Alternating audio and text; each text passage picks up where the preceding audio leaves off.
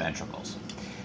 We have two lateral ventricles. Here's a right lateral ventricle and a left lateral ventricle. Now on the exam you do not have to tell me right versus left, but you do need to tell me that they are the ventricles. If you remember, I brought up something earlier called the septum pellucidum, this right here. The septum pellucidum is in fact separating these two ventricles. Okay? So here is the right lateral ventricle and the left lateral ventricle. If you look over here, you'll notice that it looks like a chicken head.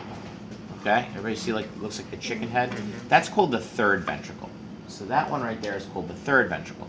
Now, why do you think they named it the third ventricle? Because you have two lateral ventricles, 1 and 2, and then here is the third ventricle. And then the last one is the fourth ventricle, which is down here. Again, this is pretty easy to identify. This is the fourth ventricle right here. Okay, so here's the fourth ventricle. Okay, this one right here. And the cerebral spinal fluid is going to travel from the lateral ventricles to the third ventricle. From the third ventricle, it travels to the fourth ventricle.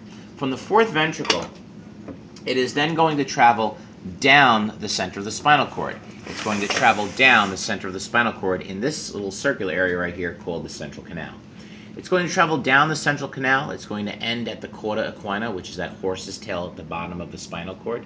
And then what it's going to do, it's going to end up surrounding the spinal cord and surrounding the brain, which we're going to do later. Does everybody have that? Okay, so those are the ventricles, okay? Stop. Stop.